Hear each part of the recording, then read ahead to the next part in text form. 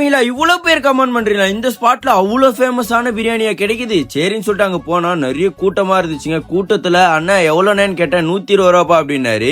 சரி, நம்மளோட ஃபாலோவர்ஸ்ல நிறைய பேர் அங்க சாப்பிட்டு பார்த்து எப்படி இருக்குன்னு சொல்லி சொன்னேன். அண்ணன் வந்து பாத்தீங்கன்னா சும்மா பாசக்காரருங்க. சும்மா தூக்கி போட்டு விளையாடிட்டு இருந்தாரு. அண்ணன் நீ வேற லெவல்ல அப்படின்னு சொன்னேன். நீ பிரியாணியே சாப்பிட்டு பாருப்பா, அதுவும் வேற லெவல்ல இருக்கும் அப்படின்னு சொன்னாரு. சரின்னு சொல்லிட்டு நான் கையில வாங்கி சாப்பிடலான்னு பார்த்தா ரெக்கையும் லெக்கும் போட்டு இருந்தாருங்க. அதுக்கப்புறம் தவாகறி பார்த்தா அது நம்மளுக்கு வேணாம், இதை மட்டும் சாப்பிடுன்னு சொல்லிட்டு அதுக்கப்புறம் எடுத்து தூவி விட்டங்க. அதே மாதிரி பூ மாதிரி இருந்துச்சுங்க. சரி சாப்பிடலான்னு சொல்லிட்டு ஒரு வாய் எடுத்து வாயில வச்சங்க.